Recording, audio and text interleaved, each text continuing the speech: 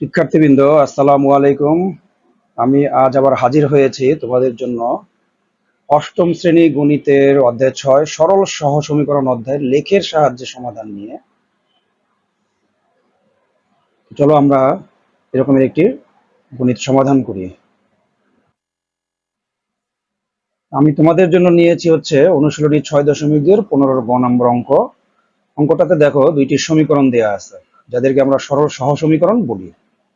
এদেরকে এখন আমরা গ্রাফের মাধ্যমে বা লেখচিত্রের মাধ্যমে সমাধান করব।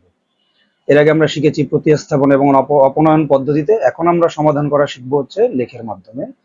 এক্ষেত্রে যেটা করণীয়, আমরা যে কোনো একটা সমীকরণ থেকে প্রথমে নিব, যে সমীকরণ 1 হতে পাই। কি করলাম দেখো, থ্রাইস এক্স কে রেখে দিলাম, এখানে 2y প্লাস ছিল, এটা ওই পাশে যে ডান পাশে যে কি মাইনাস হয়ে গেছে। এখন এক্স এর সাথে রয়ে যাচ্ছে 3, সে গুণাকারে আছে, ডান পাশে যে এসে ভাগ হয়ে যাবে। তার মানে এক্ষেত্রে এক্স কে আমরা ওয়াই এর মাধ্যমে প্রকাশ করেছি। এখন এই সমীকরণে ওয়াই এর আমরা কয়েকটা মান বসিয়ে এক্স এর মান বের করব। তো অনেকগুলো মান নেওয়া যায়, তো কমপক্ষে 3টি মান নিলেই মোটামুটি একটি সরল রেখা পাওয়া যাবে। আমরা ভাষাটা লিখবো এরকম, যে ওয়াই এর সুবিধা মতো কয়েকটি মান নিয়ে এক্স এর কয়েকটি মান নির্ণয় করব। আমরা এরকম একটা বক্স আঁকবো। তাহলে আমরা কি করব, এখন এখানে ওয়াই এর ভিন্ন ভিন্ন মান বসাবো। তো আমরা 3টি মান বসাবো। তো চেষ্টা করব ধনাত্মক এবং ঋণাত্মক মিশিয়ে মান বসাতে, ধনাত্মক মানও বসাবো, ঋণাত্মক মানও বসাবো। তো এখানে বিভিন্ন মানের জন্য কিন্তু এই সমীকরণ সিদ্ধ হবে, ওয়াই এর বিভিন্ন মানের জন্য এক্স এর বিভিন্ন মান বের হবে। আমরা এর মধ্যে যে কোনো 3টি মান নিব। আমি প্রথমে নিয়েছি ওয়াই এর মান 3। তার মানে হচ্ছে এই সমীকরণ এখানে ওয়াই এর বদলে 3 বসাতে হবে। তো বসালে কি হয়, আমরা একটু রাফ করে দেখি। দেখো যেখানে 21 মাইনাস 2 ইন্টু 3, এই যে দেখো এখানে ওয়াই এর বদলে কি আমরা 3 বসিয়েছি। তো এটা ক্যালকুলেশন করলে কত আসে দেখো, 21 মাইনাস 3 দুগুণে 6। এখন 21 থেকে 6 চলে গেলে কত থাকবে, 15। 15 কে 3 দ্বারা ভাগ করলে কত হবে, 5। তার মানে এক্স এর মান আসবে হলো 5। এবার আমরা আরো একটা মান বসাই, দেখি কত নিয়েছি। আমরা নিয়েছি হলো -3। তার মানে এখন এখানে ওয়াই এর বদলে কি করব, আমরা -3 বসাবো। দেখি বসালে কি হয়। এখানে এই যে 21 মাইনাস 2y ছিল, দেখো 21 মাইনাস 2, ওয়াই এর মান যেহেতু নেগেটিভ তাই ওকে আমরা ব্র্যাকেটে নিতে হবে, আর ভাগ নিচে 3 ছিল লিখেছি। ক্যালকুলেশন করলে কি হয় দেখি, এখানে দেখো এই মাইনাসে মাইনাসে কিন্তু গুণ করলে কি হয়ে যাচ্ছে, প্লাস হয়ে যাচ্ছে। এই জন্য 3 দুগুণে 6 প্লাস 6। এখন 21 6 যোগ করলে কত হবে, 27। 27 কে 3 দ্বারা ভাগ করলে কত হয়, 9 হয়। তাহলে ওয়াই এর এক্স এর মান পেয়ে গেলাম 9। আমরা এবার আরো একটা মান বসাবো, সেটা হচ্ছে 6। তার মানে ওয়াই এর বদলে এখন আমরা 6 বসাবো। দেখো এখানে 2 ইন্টু এই যে ওয়াই এর বদলে 6 লিখে দিলাম। তাহলে 6 দুগুণে 12, 21 থেকে 12 চলে গেলে কত থাকবে, 21 থেকে 12 চলে গেলে থাকে কত, 9। 9 কে 3 দ্বারা ভাগ করলে কত হবে, 3। তার মানে আমরা মান পেয়ে গিয়েছি। এটা এই যে 3টি, এদেরকে আমরা স্থানাঙ্ক বলি, এটা এক্স এর মান এবং ওয়াই এর মান।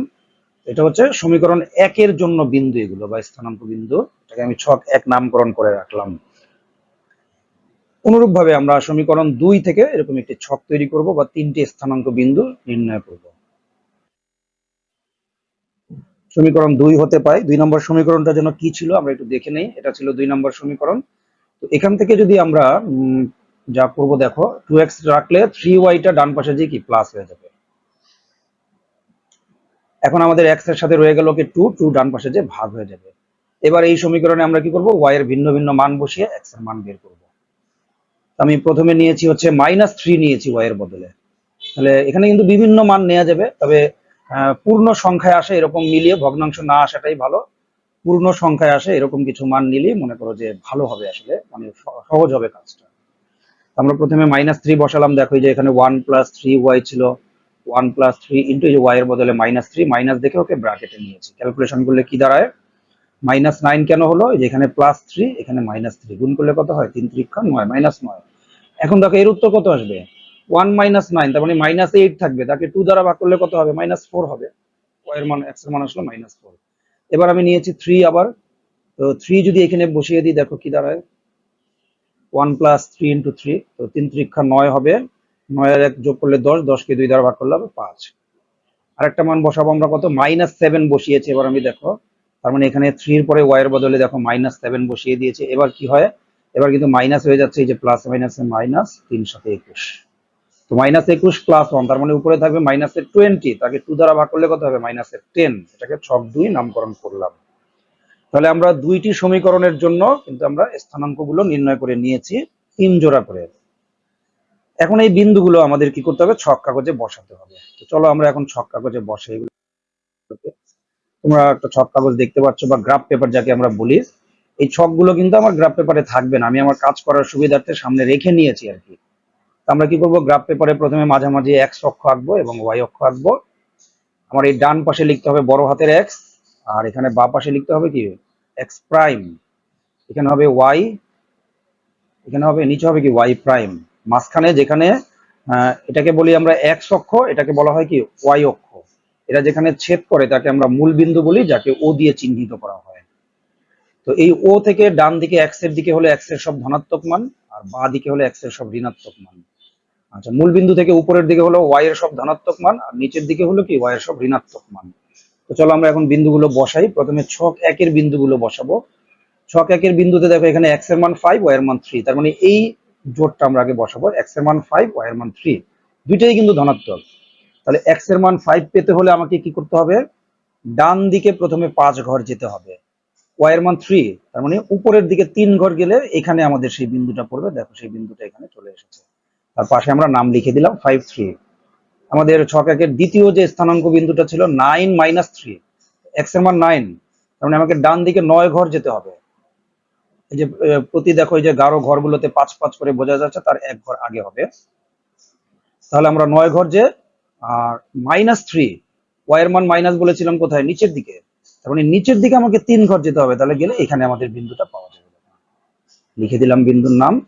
সর্বশেষ যেটা সেটা হচ্ছে কি এক্স এর মান 3, ওয়াই এর মান কত 6, তার মানে এক্স এর মান 3 মানে ডান দিকে 3 ঘর যে উপরে 6 ঘর যেতে হবে। তার মানে যে এখানে বিন্দুটা হবে। দেখো আমরা এখানে বিন্দুটা নিয়ে নিলাম, নাম লিখে দিলাম। এখন আমি যদি স্কেল ধরে এই তিনটা বিন্দুকে এরকম যোগ করে দেই, তাহলে কি হবে, আমি যে একটা সরল রেখা পাবো সেটা হচ্ছে কি সমীকরণ 1-এর সরল রেখা, যেটা ছক 1-এর বিন্দুগুলো কোথা থেকে এসেছিল, সমীকরণ 1 থেকে। অনুরূপ ভাবে এখন আমি ছক 2-এর বিন্দুগুলো বসাবো। প্রথম যে জোড়াটা আছে -4, -3, এক্স এর মান মাইনাস, তার মানে কি মূল বিন্দু থেকে বামে 4 ঘর যেতে হবে। ওয়াই এর মান -3, মানে নিচের দিকে 3 ঘর যেতে হবে, গেলে আমরা বিন্দুটা পেয়ে যাব। নাম লিখে দিলাম বিন্দুটার। এরপরে দেখো 5, 3 যে বিন্দুটা, এটা কিন্তু ছক 1-এর সাথে কমন পড়ে গেছে। এই বিন্দুটা আমাকে নতুন করে কি আর স্থাপন করতে হবে না, একবার করলেই হবে। এরপরে হচ্ছে -10, -7, -10, তার মানে এক্স এর মান -10, মানে বাম দিকে আমাকে 10 ঘর যেতে হবে। ছোট ছোট এক ঘরকে কিন্তু আমরা 1 করে ধরছি, 10। নিচের দিকে -7 ঘর যেতে হবে, তাহলে এখানে আমাদের বিন্দুটা চলে আসবে। এবার এই তিনটা বিন্দুকে যদি আমি একটা সরল রেখা দিয়ে যোগ করি, আরেকটা সরল রেখা পাবো, যেটা হবে সমীকরণ 2 বা ছক 2-এর সরল রেখা। এখন দেখো এই দুইটা সরল রেখা কিন্তু এই 5, 3 বিন্দুতে ছেদ করেছে। এটাই হচ্ছে আমাদের এই দুইটা যে সরল সহ সমীকরণ ছিল তাদের সমাধান। তার মানে 5 এবং 3 হচ্ছে এই সমীকরণ দ্বয়ের সমাধান। এটাকে আমরা এই বিন্দু দিয়ে নামকরণ করে দিলাম। গ্রাফ পেপারের উপর আমরা একটু ভাষা লিখে দিব যে আমরা কিন্তু এক্স ও ওয়াই উভয় অক্ষে ক্ষুদ্রতম 1 ঘর সমান কি 1 একক ধরেছিলাম, সেটা লিখে দিলাম। আর এই ছকগুলো কিন্তু আমাদের লাগবে না, সেগুলো আমরা কি করলাম, ডিলিট করে দিলাম, দরকার নেই। এই হলো আমাদের গ্রাফের কাজ। এবার গ্রাফের একটু বিবরণ দিতে হবে, চলো সেই বিবরণটা আমরা কিভাবে দিব দেখি। মনে করি এক্স ও এক্স প্রাইম এবং ওয়াই ও ওয়াই প্রাইম যথাক্রমে এক্স অক্ষ এবং ওয়াই অক্ষ। আচ্ছা, যখন আমরা এই অক্ষের এই নামটা লিখবো এখানে ক্যাপিটাল দিব, আর এই যে এক্স অক্ষ ওয়াই অক্ষ লিখতে গেলে আমরা স্মল এক্স স্মল ওয়াই ব্যবহার করব। আর ও হচ্ছে মূলবিন্দু। উভয় অক্ষে ক্ষুদ্রতম বর্গের প্রতি বাহুর দৈর্ঘ্যকে আমরা একক ধরেছি, মানে এক এক ঘরকে কিন্তু আমরা এক ধরেছি। ধরে প্রথমে আমরা ছক 1-এর বিন্দুগুলো স্থাপন করে যোগ করেছিলাম, করলে কি একটি সরল রেখা পাওয়া যায়, যা সমীকরণ 1-এর লেখো। আবার যখন ছক 2-এর বিন্দুগুলো স্থাপন করে যোগ করলাম, আরেকটি সরল রেখা পাওয়া গেল, তাকে আমরা সমীকরণ 2-এর লেখো বলবো। এবং সরল রেখা দ্বয় পরস্পর এই 5, 3 বিন্দুতে ছেদ করেছে। তার মানে এই সমীকরণটির সমাধান হচ্ছে কি এক্স ওয়াই এর মান হচ্ছে কি আমাদের 5 এবং 3। দেখো এভাবে করেই কি এই সরল সহ সমীকরণের লেখচিত্রের মাধ্যমে সমাধান করতে হয়। তুমি যদি এই সমীকরণ দুটিকে প্রতিস্থাপন বা অপনয়ন পদ্ধতিতে সমাধান করো, দেখবে যে এই একই সমাধান আসবে। তো আশা করি তোমরা বুঝতে পেরেছো। এরকম বাসায় একটু বেশি বেশি করে প্র্যাকটিস করো। ধন্যবাদ সবাইকে।